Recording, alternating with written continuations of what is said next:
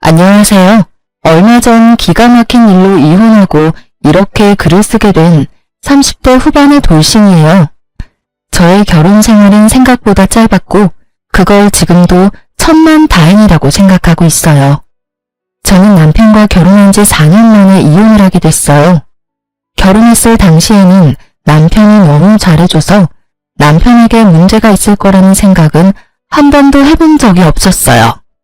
제 앞에서는 완벽한 남자친구였으니까요. 한 번쯤 의심해봤다면, 아니 남편의 폰이라도 한번 열어봤다면 저에게 이런 일은 일어나지 않았을지도 모르죠. 저는 남편을 의심해본 적이 한 번도 없거든요. 남편 폰을 열어서 확인한 적도 없었어요. 사랑이란 신뢰와 믿음만으로 유지되는 거라고 믿는 순진한, 아니 바보 같은 사람이었던 거죠. 저와 남편의 결혼이 순탄했을 것 같지만 의외로 우리의 결혼은 생각보다 험난했었어요. 저는 그리 내세울 만한 직업을 가진 것도 아니었고 집안이 빵빵한 것도 아니었거든요.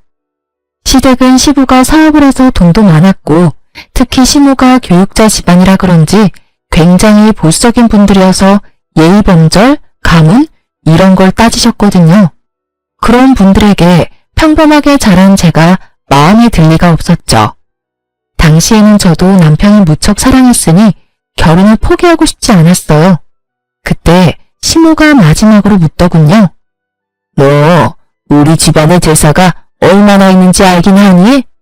제사만 1년에 13개야. 그리고 집에 행사 있을 때마다 와서 네가 거들어야 하고 걔가 우리 집 장손이라서 너는 맏며느리가 되는 거야. 그 정도는 당연하게 해야 되는 일이고 할 수 있겠어? 솔직히 저희 집에서도 제사는 지냈었고 바쁜 어머니 때문에 제가 제사 준비한 적도 많았거든요. 또래보다는 그런 일에 익숙하다고 볼 수 있었으니 저도 그때는 자신감 넘치게 가능하다 말했었죠. 제 말에 시모가 한참을 절 뚫어져라 쳐다보더니 그러더군요. 좋다. 너랑 우리 아들 결혼시켜주마. 원래라면 합가를 해야 하는 상황이지만 아들이 분가를 그렇게 원하니 내가 분가할 수 있도록 해주마. 대신 제사 행사에 절대 빠지지 말고 참석해. 네가 못한다고 생각하면 나는 둘 가차없이 이혼시켜버릴 거야. 이때 느낀 감정은 마치 면접관을 앞에 둔 기분이었어요. 며느리 면접을 하면 이런 느낌일까요?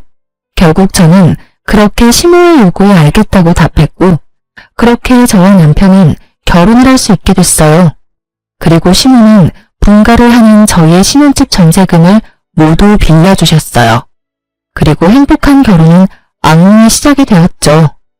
시댁 재산은 생각보다 컸고 많았어요. 처음에 살짝 버벅대기는 했지만 그래도 한 달, 두 달이 흐르면서 본래 하던 게 있으니 어떻게든 맞춰갈 수 있게 됐어요. 처음 1년은 시모의 짜증 섞인 말만 들었어요. 넌 도대체 친정에서 배워온 게 뭐니? 어떻게 제대로 할 줄 아는 게 하나도 없어? 너희 부모님도 참 대단하시네. 이런 것도 모르는 애를 결혼시킬 배짱이 어딨어? 저의 실패나 서투르는 곧장 친정 부모님을 향한 모진말로 돌아왔고 그런 말을 듣지 않기 위해 정말 애 많이 썼어요. 2년 차에는 필사적이었던 만큼 더 잘해낼 수 있었어요. 그런데 그마저도 시모 마음에는 들지 않았나 봐요. 네가 들어온 지 2년이 되는데 여태껏 나한테 물어보면 어떡하니? 네가 알아서 해야 할 거 아니야. 그리고 언제까지 내가 준비를 다 해줘야 하니? 이제부터는 알아서 네가 준비도 하고 음식도 해야지. 맞는 말이라고, 일리 있는 말이라고 생각은 했어요. 그런데 정말 버티지 못하겠다고 생각한 건 좋은 말 한마디 안 해주는 시모의 남편 때문이었어요. 노력은 어느새 당연한 게 되고 그 당연한 걸 조금이라도 못하게 되면 질책이 날아왔죠. 이 시기에 저는 채찍질만 당하는 말 같은 존재였어요. 언제까지 노력해야 하나, 언제쯤이면 며느리로 인정해줄까 하는 생각이 들었었죠. 게다가 시모의 동행이나 이율 요구가 심해지자 어쩔 수 없이 다니고 있던 직장까지 그만뒀어요. 시모가 한 달 용돈을 줄 테니 일을 그만두고 시댁 일에 전념하라고 했었거든요. 일을 하면서는 도저히 시모의 요구를 만족시킬 수 없어서 일을 그만뒀지만 마음속으로는 너무 아까웠어요. 하지만 남편과의 결혼생활 유지를 위해서는 제가 시댁에 잘할 수밖에 없다는 생각으로 시댁에 전념했었죠. 제사나 행사만큼 많이 불렀던 건 손님들 대접할 때였어요. 아버님은 사업을 하시니 만나는 분들이 많았어요. 그런 분들을 집으로 초대하면 항상 제가 불러가서 음식도 하고 청소도 하고 했었어요. 제가 일을 잘하면 잘할수록 일이 늘어나는 신기한 상황이 된 거죠. 3년 차쯤 됐을 때 시모는 손가락 하나 턱짓 한 번으로 사람을 부려먹을 정도가 되어 있었으니까요. 결국 그런 것들이 쌓이니 저는 스트레스가 점점 늘어만 갔어요. 그리고 정말 타이밍 나쁘게도 그때 알게 된 거죠. 남편의 화려한 이중 생활을. 그날은 정말 즐거운 날이었어요. 시댁에서 절 부르지 않았고 남편과 바깥에서 식사도 했고요. 집에 들어와서는 둘이서 와인도 한잔하면서 즐거운 시간을 보내고 있는데 남편이 그날따라 과음을 했는지 소파에서 영화를 보다가 먼저 잠이 들었어요. 저는 남편에게 이불을 덮어주고 침대로 가려고 했어요. 그런데 남편 손에서 스르륵 빠져나온 폰이 바닥에 소리를 내며 떨어지더군요. 그리고 그걸 주워든 저는 아무 생각 없이 남편의 폰을 열었어요. 남편은 한 번도 폰을 잠근 적이 없었거든요. 귀찮다고, 그리고 문제 있는 사람들이나 비밀로 하는 거라고요. 솔직히 여태껏 남편의 그런 말들 때문에 폰을 확인하지 않은 것도 있어요. 그날도 그냥 탁자 위에 놔둘 수도 있었던 폰이었죠. 그런데 이상하게 열어보고 싶은 기분이 들었던 건 어째서였을까요? 저는 남편의 폰을 열어 사진과 메시지, 카톡을 확인하고는 웃으며 폰을 내려놓으려 했어요. 정말 아무것도 없는 업무나 친구 연락만 있었으니까요. 그나마 남편 덕분에 내가 이 힘든 시집살이를 견딘다고 생각하며 폰을 내려두려다가 순간 폴더 안에 있는 아주 작은 애플 하나에 눈이 갔어요. 그걸 누르지 말아야 했는데 그 안에는 남편이 만난 여자들이 몇 명이나 있더군요. 저는 남편이 바람을 필 거라는 상상도 해본 적 없었는데 이렇게 한 명도 아닌 여러 명의 여자를 보게 되니 너무 당황스럽더라고요. 남편이 그 여자들과 약속 잡은 날을 확인해보니 거의 대부분이 제가 시모에게 불려서 시댁에 간 날들이었어요. 저는 남편과의 결혼을 유지하기 위해서 몸이 힘들어도 제사 준비, 음식 준비, 청소까지 식모처럼 일하고 있었는데 남편은 그런 저를 두고 자기 혼자 열심히 즐기고 있었더라고요. 너무나 큰 배신감과 충격에 부들부들 떨며 혼자 소갈이 하던 저는 잠도 제대로 못 자고 그날 하루를 뜬 눈으로 지새웠어요. 그리고 그 다음날 남편이 일어나자마자 묻지도 따지지도 않고 말했죠. 나랑 이혼해줘. 자다 깬 남편 얼굴이 당황스러움으로 바뀌더군요. 그럴 수밖에요. 제가 장난으로라도 헤어지자거나 이혼하자는 말은 한 적이 없었거든요. 연애를 하고 있는 동안에도요. 그런 제가 뜬금없이 앞뒤 다 잘라먹고 이혼하자니 남편이 당황할 수밖에요. 뜬금없이 아침부터 무슨 소리야? 무슨 일 있어? 집안일이 힘들어? 엄마가 괴롭혀? 지 탓이라는 생각은 전혀 안 하고 시댁 문제를 들먹이는 남편을 보는데 역겨워서 구토가 나올 것 같더군요. 저렇게 나를 위하는 척하면서 뒤로는 다른 여자 만나면서 온갖 더러운 짓을 다 했을 거라 생각하니 진짜 너무 견딜 수 없을 만큼 더러운 기분이었어요. 시댁 일 힘들지. 내가 왜 그 힘든 일을 해냈는데? 당신이랑 결혼생활 유지하려고 그런 거였잖아. 그런데 당신 나 시댁에서 일하는 동안 데이트 앱으로 여자 만났더라? 어떻게 그럴 수가 있어? 제 말에 남편 눈이 크게 떠지더니 아차 싶은 표정이더군요. 자신의 외도가 들켰음에도 남편은 크게 당황하지 않았어요. 미안해 여보. 그치만 하늘에 맹세코 그 여자들한테 마음 준 적 단 한 번도 없어. 다 그냥 노는 애들이야. 그냥 그렇게 잠깐 만나고 헤어지는 그런 사람들이야. 두 번 볼 사이도 아니고 용건만 끝나면 다신 볼 일 없는 사람들. 그런 사람들이랑 자기랑은 다르지.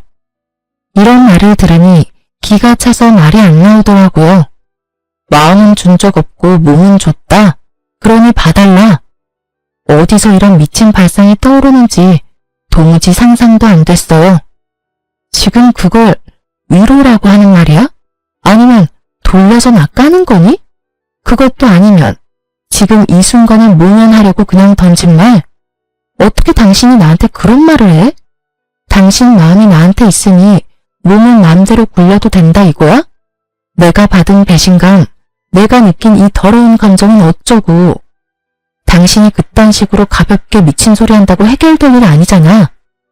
나도 가벼운 마음으로 이렇게 말하는 거 아니야. 나한테는 진짜 당신뿐이라니까. 봐, 어떤 여자도 오래 만난 적 없어. 당신만큼 나를 완벽하게 해주는 여자도 없고, 무엇보다 내 아내라는 자리에 당신보다 더 완벽한 여자도 없어. 그거면 되잖아. 솔직히 내가 당신을 얼마나 잘 챙겼는지는 당신도 잘 알잖아. 서프라이즈도 자주 해줘. 당신 위해서 선물도 많이 해줘. 당신 집에 있을 때는 다른 곳에 가지도 않고 당신한테 오잖아. 이 정도면 내 마음을 의심하는 것도 이상하지 않아? 난 정말로 당신뿐이야. 다른 여자들 신경 쓸 것 하나도 없어. 그 여자들은 그냥 노는데 필요한 것들이니까. 남편 말대로 남편이 저와 있는 동안만은 잘해줬으니 저도 의심하지 않았었죠. 그런데 그런 저에게 남편이 이런 짓을 하다니. 그만해. 더 이상 듣고 싶지 않아. 당신의 사랑이 이런 가벼운 것인 줄 알았으면 당신이랑 결혼조차 생각 안 했을 거야. 서프라이즈, 선물을 많이 해주면 바람펴도 되는 거야? 나하고 있는 시간에만 충실하면 내가 없는 시간에는 다른 여자 만나는 게 당연한 거냐고. 여보, 나는 지금 이 상태에서 벗어나고 싶지는 않아. 당신처럼 완벽한 아내이자 며느리는 찾기 힘들잖아.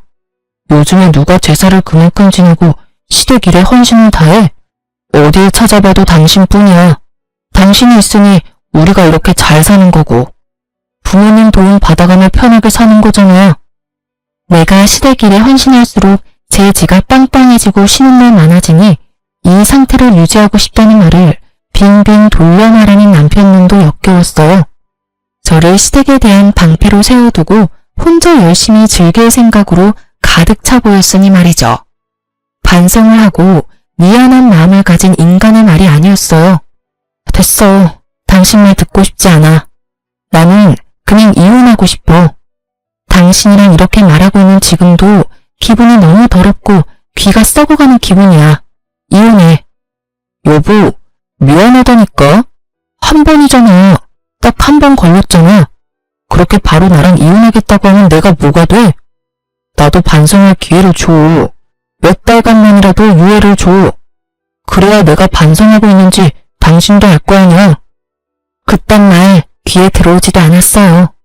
남편은 다시 이야기하자며 저를 달랬지만 전혀 달래지지 않은 채였죠. 배신감과 분노로 머리가 어떻게 되는 것 같았거든요. 게다가 그날 시모가 저를 불렀어요. 아가씨의 결혼식에 입을 한복을 보러 가는데 저에게 같이 가자고 하셨거든요. 그런 일 정도는 아가씨와 함께 갔으면 좋았을 테지만 시모는 악착같이 저를 데리고 다니려고 했어요. 결국 불러가서 시모의 비서 노릇을 하다가 시댁으로 돌아왔어요. 마음이 안 좋으니 내내 한숨만 나왔고 그 모습을 보던 시모가 제게 한마디 하더라고요. 오늘따라 한숨을 왜 그렇게 쉬어? 너 한숨 한 번 쉴 때마다 복이 얼마나 날아가는지 모르니? 네 복 날아가는 건 상관없지만 내 아들 복 날아가는 건 싫은데? 그게... 말해봐. 무슨 일이야? 돈이 모자라? 설마 나 따라다니는 게 힘들어서 그러니? 마지막은 좀 그럴듯하다고 생각하며 저는 시모에게 사실대로 말했어요. 사실은 그이가 바람을 폈어요. 인터넷으로 여자 만나는 걸로. 뭐? 시모의 얼굴이 귀신같이 변하더군요. 시모는 교사를 했었던 터라 그런 일을 무척 싫어하셨어요. 시모가 완전 화내면서 남편을 불렀어요. 불려온 남편이 눈빛으로 제 탓을 하길래 저는 눈을 피했어요. 엄연히 잘못한 건 남편이니까요. 너 며느리 두고 바람 폈어? 어머니, 그런 거 아니에요. 그냥 한 번만 만난 것 뿐인데 이 사람이 너무 과하게 생각하는 거예요. 거짓말하지 마. 거기는 여자 목록만도 여럿이야. 한 번만 만났겠지. 여러 명이 한 번씩 만났으니까 잘못이 없다고 말할 거야? 우리끼리 이야기하자고 했는데 왜 어머니한테 말한 거야? 남편의 푸념에 시모가 큰 소리 치더군요. 그만. 둘다 어른을 앞에 두고 이게 무슨 짓이야? 그리고 네 행동에 이 엄마 아빠의 명예가 걸려있다고 내가 몇 번을 말했어. 여자를 만날 거면 조용히 뒤탈 없는 여자로 만나. 너 때문에 아버지 사업에 문제 일으키면 우리가 주던 지원은 다 끊을 거다. 내 명의에 너희 신혼집이며 매달 주는 용돈이며 다 끊어버릴 테니까 지금 당장 내 눈앞에서 다 정리해. 혼내는 것도 참 심오답다 싶었어요. 부모님 이름에 똥칠하지 말고 뒤탈 없는 여자를 만나라니. 이럴 땐 네가 잘못했고 용서를 구해라가 답이 아닌가요? 결국 남편은 제게 조금만 시간을 달라고 했죠. 자기가 변하지 않는 것 같으면 그때 이혼이 달라고요. 필사적인 남편의 말에 딱 한 번만 용서하기로 했어요. 그날 이후로 남편은 매일 저녁 제게 핸드폰 검사를 받고 설정에 들어가 어플 다운받은 모든 기록을 보여줬어요. 그렇게 이야기가 일단락 되어가고 있었어요. 정말로 남편은 바람을 피지 않았고 집과 회사, 시댁을 드나들며 제 눈앞에 있으려 노력했죠. 하지만 한 번 깨진 병은 붙인다 한들 원상복구되는 건 아니더라고요. 여전히 저는 남편에 대한 의심을 거두지 못했고 완벽한 남편의 모습에도 빈틈을 찾게 됐죠. 그렇게 3개월 정도 지난 어느 날 남편의 바람보다 더 큰 일이 생겼어요. 그날은 큰 제사를 끝낸 다음이었는데 시모가 저한테 앉으라며 할 말이 있다고 하더군요. 남편과 둘이 그 앞에 있으니 시모가 저에게 운을 떼더군요. 네 시아버지 1년 전에 다쳐서 병원 신세 진 거 기억하니? 네, 어머님. 고관절 골절로 입원하셨다가 지금은 집에 계시잖아요. 그래, 지금 집에서 지내는데 점점 몸이 좋아져야 할 사람이 점점 안 좋아지고 있어. 거동을 못하는 건 아니지만 거동을 할 때 도움이 많이 필요하지. 여태 나랑 네 신우가 움직이는 거 도와줬는데 이제는 네 신우도 결혼하고 나면 여기 못 올 거고 나도 늙어서 힘을 못 쓰니 네가 들어와서 네 시아버지 수발을 좀 들었으면 좋겠구나. 저는 너무 당황했어요. 갑작스러운 합가 이야기에다가 시부 수발까지 들라는 말에 정신이 없었죠. 솔직히 그 집안의 제사와 행사만 도맡아 해도 일이 힘들고 바쁜데 그 와중에 아픈 시부 수발까지 지금의 스트레스보다 몇 배나 더 힘들어질 게 불보듯 뻔했어요.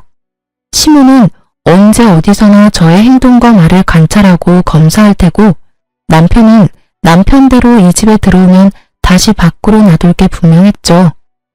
어머님, 아버님 상태가 안 좋아지신 거면 병원을 다시 가보셔야 되지 않을까요?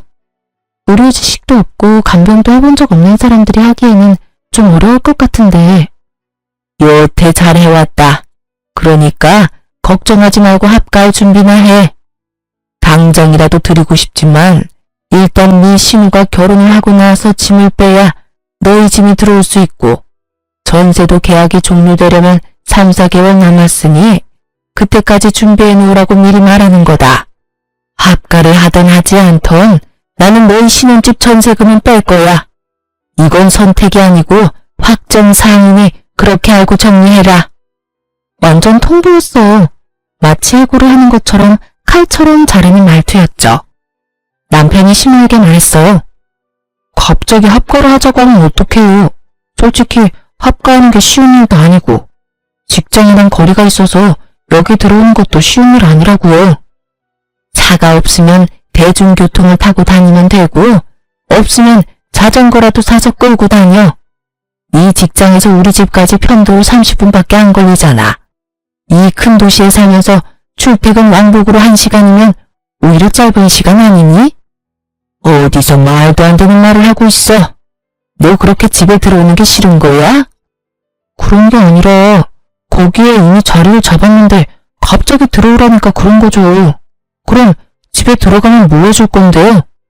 남편은 벌써부터 합가하고 자기에게 떨어질 콩고물부터 생각하고 있더군요. 우리 신혼집 전세자금 좀 나눠줄 거예요? 너 하는 거 봐서 잘하면 주고 잘못하면 줬던 것도 뺏을 거다. 그리고 매달 지원하던 건 그대로 줄 거야. 너희는 더 좋은 거 아니니? 돈 내던 거 안 나가고 받는 돈은 그대로 잡니? 그리고 우리 죽으면 이 집 너희한테 그대로 상속될 거고 도대체 왜 싫은 건지 모르겠구나. 시모의 말은 구구절절 맞았어요. 하지만 거기에는 중요한 게 빠져 있었죠. 그 집에 들어갔을 때 제게 주어질 일의 크기요. 지금보다 더 많은 일을 도맡을 것이 뻔했기에 저의 마음속으로는 거의 울고 있었어요. 아무리 봐도 이 상황을 타개할 방법이 없어 보였거든요. 그렇게 저는 시댁에서 나와 집으로 가며 생각에 잠겼어요. 이 일을 어찌해야 할까 남편과 상의해볼까 싶었지만 남편은 이미 들어가기로 마음을 굳힌 듯 보였어요. 전세금이 탐나서 그랬겠죠. 저는 그날부터 어떻게 시모의 합가를 거절할까 하고 생각하기 시작했어요. 좋은 방법이 떠오르지 않던 그때 남편이 다시 다른 여자를 만나는 걸 목격했어요. 이번에는 공교롭게도 제가 직접 보게 된 거였죠. 남편과 밖에서 식사를 하고 남편은 약속이 있어서 그대로 시내에 있기로 했고 저는 집으로 돌아왔어요. 그런데 돌아오던 도중에 남편이 제 핸드백에 지갑을 넣어놓은 걸 깜빡해서 남편에게 갖다 주려고 다시 남편이 있던 곳으로 갔거든요. 그때 보게 됐어요. 상간녀를 말이죠.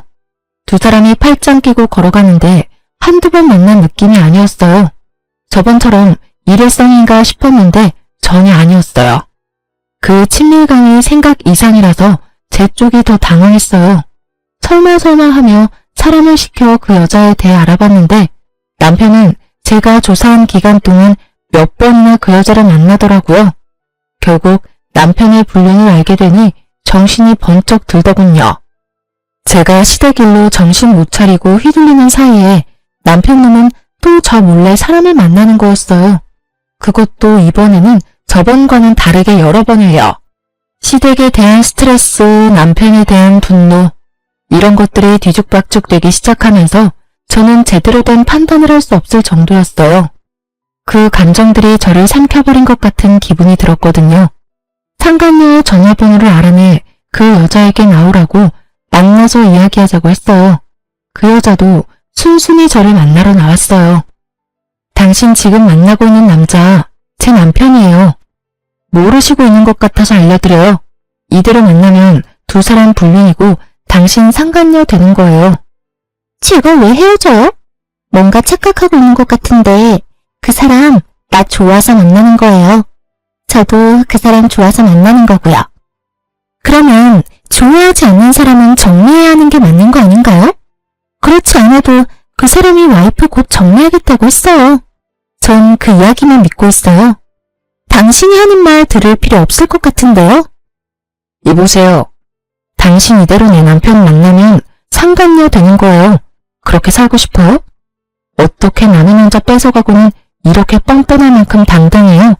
불륜도 뭐 사랑이라고 말하고 싶은가 본데 아무리 치장해도 당신이랑 남편 사이는 더러운 불륜 그 이상도 그 이하도 아니야. 더럽다 그러는데 그쪽이야말로 더 역겹지. 서류상으로만 아니지. 그 사람이 당신 사랑하는 걸로 착각하나 본데 그거 사랑 아니야. 나한테 다 이야기해줬거든? 시댁 지원 받으려면 완벽한 며느리가 필요하대서 들은 아내라고. 그래서 금이야 오기야 열심히 치장해주는 거라고 하던데? 아무것도 모르는 게 누군데 지금 여기서 큰 소리야?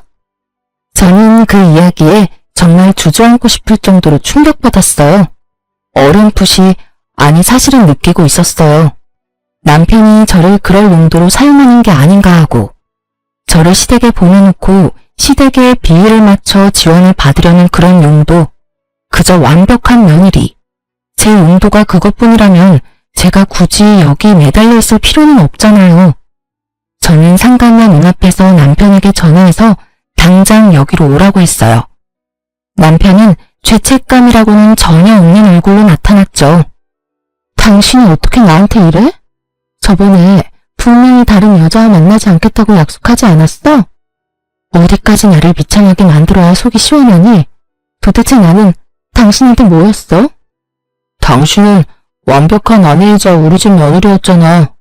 당신 덕분에 일이 잘 풀린 것도 많았고 그래서 미안하게 생각해.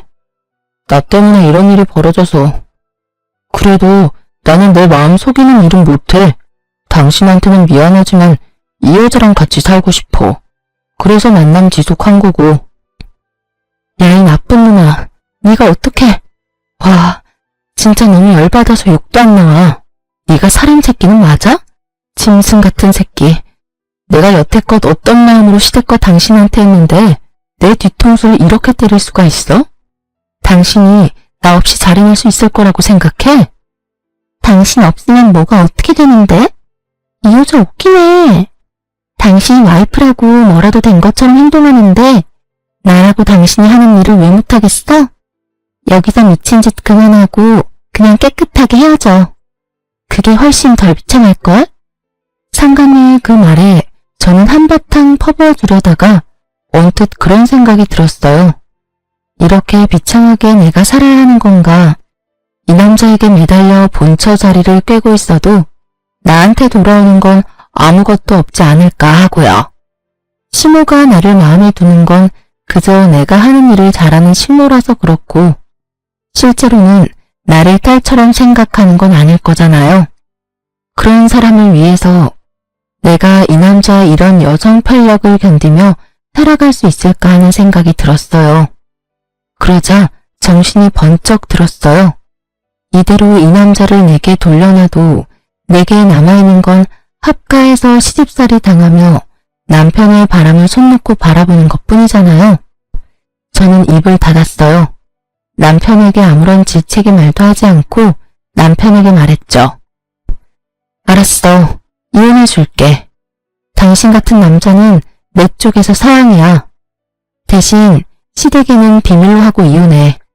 이혼하는 순간까지 비밀 잘 지켜. 그리고 최대한 우리 이혼 빨리 해결되도록 협조해. 대신 상간녀 위자료 소송은 할 거야. 그렇게 알고 있어. 이건 다 당신 잘못으로 이혼하는 거니까 그 정도는 해줄 수 있지? 제 말에 상간녀와 남편은 환하게 웃으며 서로를 얼싸안으며 좋아하더군요. 소송을 한다는데도 좋아하는 걸 보니 위자료는 남편이 다 내줄 것 같더군요. 그나저나 상간녀의 그 꼴을 보아하니 상간녀는 모르는 것 같더라고요. 남편이 곧 시댁에 합가해야 한다는 사실과 시댁의 제사와 행사가 얼마나 많은지, 그리고 무엇보다 그 집에 귀신보다 독한 시어머니가 있다는 것을요. 저는 무표정으로 나왔어요. 그걸 알려줄 착한 마음 같은 건 없었으니까요. 나를 지옥에서 빼내어줄 소중한 사람인데 그런 이야기를 알려줄 필요가 있을까요? 지금의 행복을 만끽하도록 두는 게 좋겠죠. 다음에 있을 지옥이 그래야 더 고통스러울 테니까요. 그런 생각을 하고도 흠칫 놀랐어요. 그렇지만 남편의 불륜으로 이혼하는 여자들은 거의 대부분이 이런 마음일 거예요. 저만 그런 게 아니란 걸 알고서는 마음이 도리어 편해졌죠. 게다가 처음에는 정말 화가 나고 열이 받아서 온몸이 부들거리고 정신이 나갈 만큼 분노로 가득했는데 시간이 좀 지나고 객관적으로 제 상황을 바라보게 되니 딱히 이혼이 나쁜 것만은 아니었더라고요. 남편의 불륜으로 비참해진 마음은 이혼을 함과 동시에 너무도 편안해졌으니까요. 게다가 시댁에 신경 쓰지 않아도 된다는 건 너무나 다행스럽고 행복한 미래였죠. 그리고 이혼 숙려 기간 동안 저는 아주 바쁘게 살았어요. 시댁에는 숨겨야 했기에 이혼이 완벽하게 되기 전까지는 어쨌든 시댁 일을 도와야 했거든요. 게다가 합가를 위한, 아니 상간녀의 시댁 합가 때문에 제 짐들은 미리 빼둬야 해서 바빴어요. 그러면서 직장에 취직이 확정되었고 드디어 법적으로도 서류상으로도 완벽하게 이혼이 되었어요. 싱글이 된 첫날 저는 이미 빼둔 짐을 미리 구해놓은 전셋집에 옮겨두고 자유를 즐기고 있었어요. 사실 이혼이 완료된 날 다음 날은 시댁 제사가 있는 날이었어요. 이혼을 했으니 갈 필요도 없어 새로 구한 집에서 혼자 뒹굴거리고 있었죠. 그런데 시모에게서 전화가 왔더군요. 너 대체 어디야? 도대체 이게 다 무슨 일이고? 지금 당장 우리 집으로 와. 여기 지금 네 남편 애인 데리고 와 있어. 나한테 설명해. 어머님, 죄송한데 이미 저희 이혼해서 남이에요. 이야기 들으실 거면 아드님한테 들으시는 게 낫지 않을까요? 뭐? 이혼을 했다고? 이혼에도 숙려기간이라는 게 있잖아. 너희 그거 아니니? 그 기간도 이미 다 끝나서 저희 진짜 서류상으로도 남남이에요. 그러니까. 아이고, 이게 다 무슨 일이야? 너 지금 당장 우리 집에 와. 와서 설명해. 사실 안 가도 문제는 없었어요. 이제 남이잖아요. 그런데 시모의 모습을 보니 상간녀와 전남편의 반응이 너무나 신경 쓰이더라고요. 도대체 뭘 어떻게 했길래 시모가 저한테 오라고 전화를 했을까 싶었죠. 그래서 시댁으로 갔어요. 집안에는 상간녀와 전남편이 가지런히 시모 앞에서 무릎을 꿇고 앉아 있더군요. 시모는 저를 보더니 턱짓으로 들어와 앉으라고 시키더군요. 전남편 옆에 앉았더니 시모가 물었어요. 너희 왜 이혼했어? 저 남편이 이 여자랑 바람이 났는데 저한테 이혼해달라고 하더라고요. 그 여자 너무 좋아한대요. 게다가 이 여자도 저한테 이혼해달라고 요구했고요. 넌 본처잖니? 그런 애가 그렇게 쉽게 이혼을 해주면 어떡해? 어머님, 이 사람이 좋다고 하는데 제가 막을 수 있을 리가 없잖아요. 그리고 저는 사랑 없는 결혼을 못해요. 제가 결혼할 때도 말씀드렸지만 저는 저 사람이 절 사랑하는 동안에는 뭐든 할 수 있다고 했잖아요. 그런데 절 사랑하지 않는다니 제가 무슨 할 말이 있겠어요? 본처가 다 뭔데요? 그렇게 자존심 세우고 앉아있으면서 두 사람 하하호호 즐거워요, 사랑해요 하는 거 보고 있으라고요? 그렇게 살면서 제 정신이 망가지는 걸 가만두느니 그냥 지금 당장 쪽팔려도 이혼하고 제 살 길 찾아가는 게 낫다고 생각했어요. 이혼이 너희 둘만 하는 거니? 예. 결혼을 할 때 양가 부모님이 함께 있으면 이혼을 할 때도 양가 부모님께 알려야 되는 거 아니야? 오늘이 제사인데 아무것도 모르는 무지렁이 한 마리가 들어와서는 집안을 이렇게 어지럽히고 있잖아. 너도 데려올 거면 일 잘하는 참한 여자를 데려왔어야 할 거 아니야. 넌 미처가 여태껏 어떻게 이랬는지 보고서도 저런 머리가 꽃받친 여자를 데려와? 어머니, 말씀 좀. 이 사람 저랑 재혼할 사람이에요. 그렇게 말씀하시면 저도 어머님이랑 같이 못 살아요. 네가 나랑 못 살면 어쩔 건데? 너 알고 있겠지만 네 신혼집 그거 내 명이야. 저번에도 약속했지만 나는 너희 합가하라고 분명히 이야기했어. 그런데 그 짧은 시간 동안 이런 짓을 꾸며? 시모의 분노에 전 남편도 어쩌지 못하고 있더군요. 상간녀 앞이라 꼴불견인 모습은 보이고 싶지 않은 듯 했지만 시모의 말을 거스를 수는 없었어요. 그리고 거기 아가씨, 아들한테 들었는지 모르겠는데 지금 우리 집에 시집 오면 합가해서 이 집에서 어른 모시고 살아야 해. 우리 남편이 다치고 나서 후유증이 심해서 거동이 잘 안 되거든.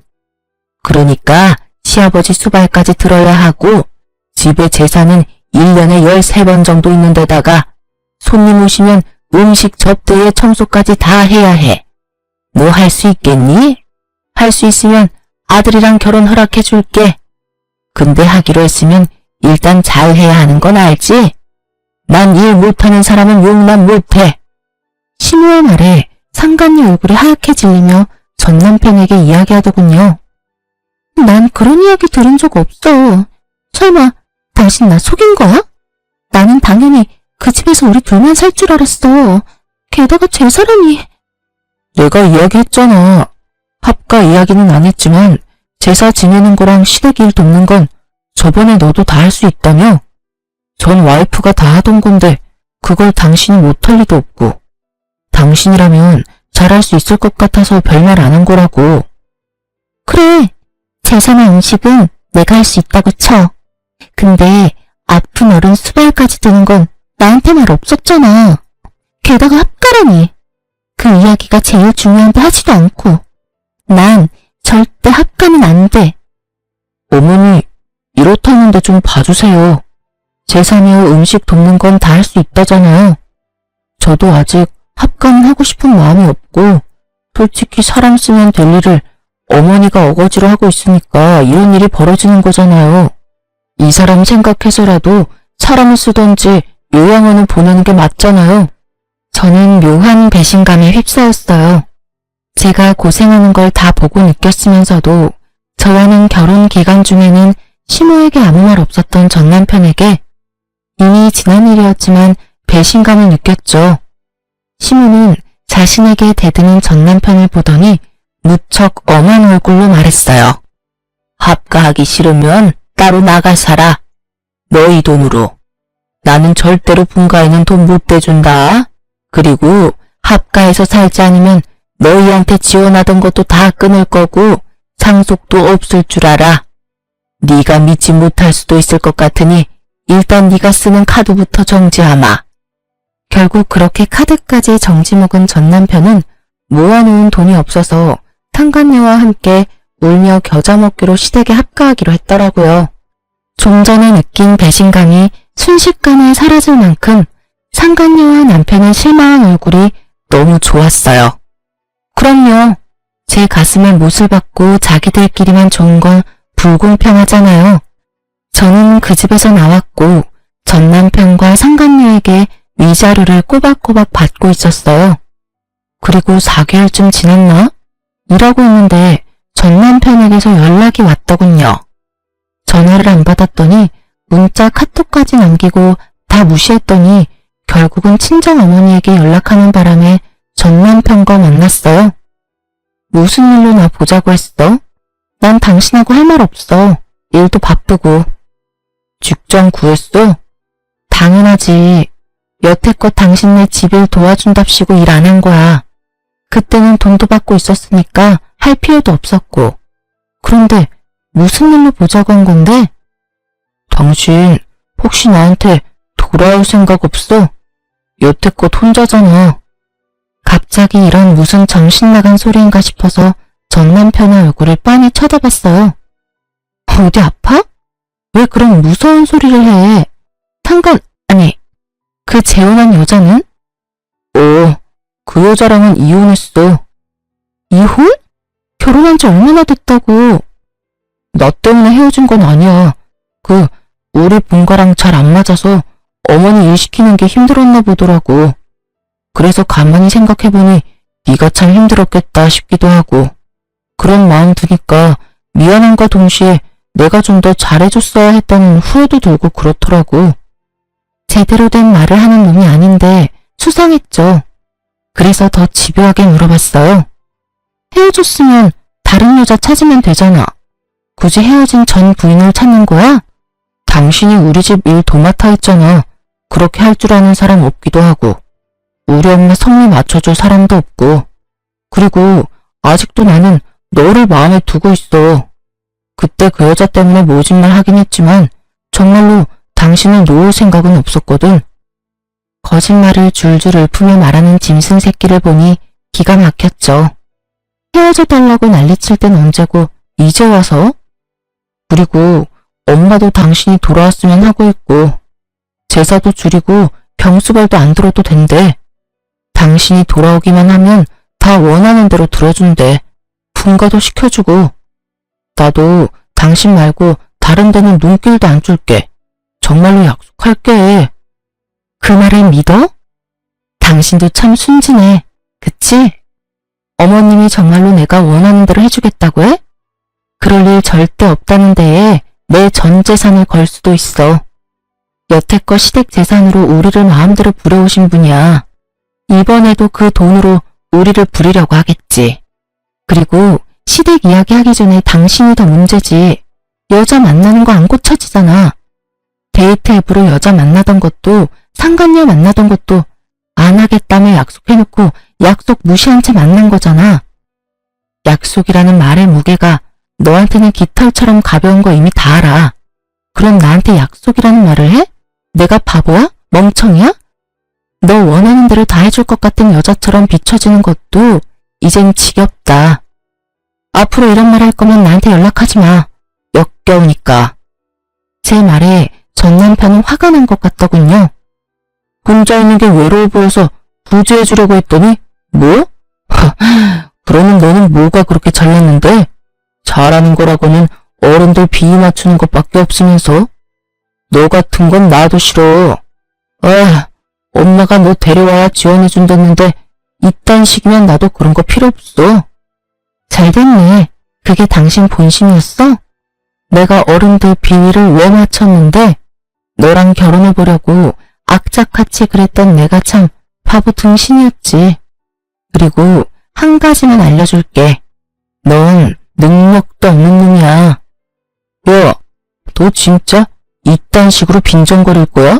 그리고 누가 능력이 없대? 너 혹시 우리 엄마한테 연락받았어? 그 이야기 듣고 너 지금 나한테 능력 없다느니 그런 말 하는 거냐고. 갑자기 급발진 걸려 당황하는 전 남편을 보며 저는 의아했어요. 이놈이 왜 이렇게 민감하게 반응하나 싶었는데 나중에 그걸 알게 됐죠. 남편이 제게 왜 다시 돌아오라고 했는지를 시모에게 확실하게 듣게 되면서요. 전 남편이 화내고 간 날 저녁에 시모가 연락이 왔었거든요. 그래, 아들 만났니? 이야기는 잘했어? 어때? 다시 돌아올 생각 있어? 나도 양보 많이 하는 거야. 예전처럼 지내게 해줄 테니까 돌아와. 너도 이혼녀 되는 거 싫잖아. 그 이야기는 없던 걸로 하기로 했어요. 그 사람이 저한테 엄청 화내고 갔거든요. 능력이 없다는 말이 그렇게 싫었나 봐요. 뭐? 아무리 애가 발기부전이라도 그런 말을 하면 어떡하니? 넌 섬세함이라고는 눈 씻고 찾아봐도 없어. 안 그래도 그것 때문에 지금 애가 속상해서 난린데. 시모가 알려준 말에 저는 웃음이 튀어나올 뻔했어요. 그렇게 여자 좋아하는 나쁜 놈의 새끼가 발기부전으로 고생하고 있다니. 그래서 능력이 없다는 이야기에 그렇게 화를 크게 냈던 거였고요. 재혼했으니 재혼한 와이프한테 말하시면 되잖아요. 왜 굳이 저한테 돌아오라고 하시는지 모르겠네요. 걔는 안 되겠더라고. 요리도 못해, 청소도 못해, 시아버지 수발 들라고 했더니 아주 싫은 티를 팍팍 내더라. 내가 똥오줌을 갈라고 한 것도 아닌데 매번 인성 쓰고 인성이 안 됐어, 인성이. 그리고 내가 이렇게 생각해보니 너만큼 일 잘하는 애도 없더라. 제사며 행사며 다 따라와준 너 같은 애를 어디서 또 구해? 그 말을 듣는데 상간녀의 그 썩은 표정이 떠올라서 웃음이 나오는 걸 겨우 참았어요. 그러게, 상황을 잘 알고 유부남을 꼬셨어야죠. 하긴 어찌 보면 저한테는 귀인이긴 하죠. 그 일을 당할 뻔한 저를 자진해서 구해줬으니까요. 그렇죠. 제가 그렇게 열심히 한 건 남편이랑 결혼을 유지하기 위해서였는데 남편이 제가 싫다면 어쩔 수 없잖아요. 그러니까 어머님이 포기하세요.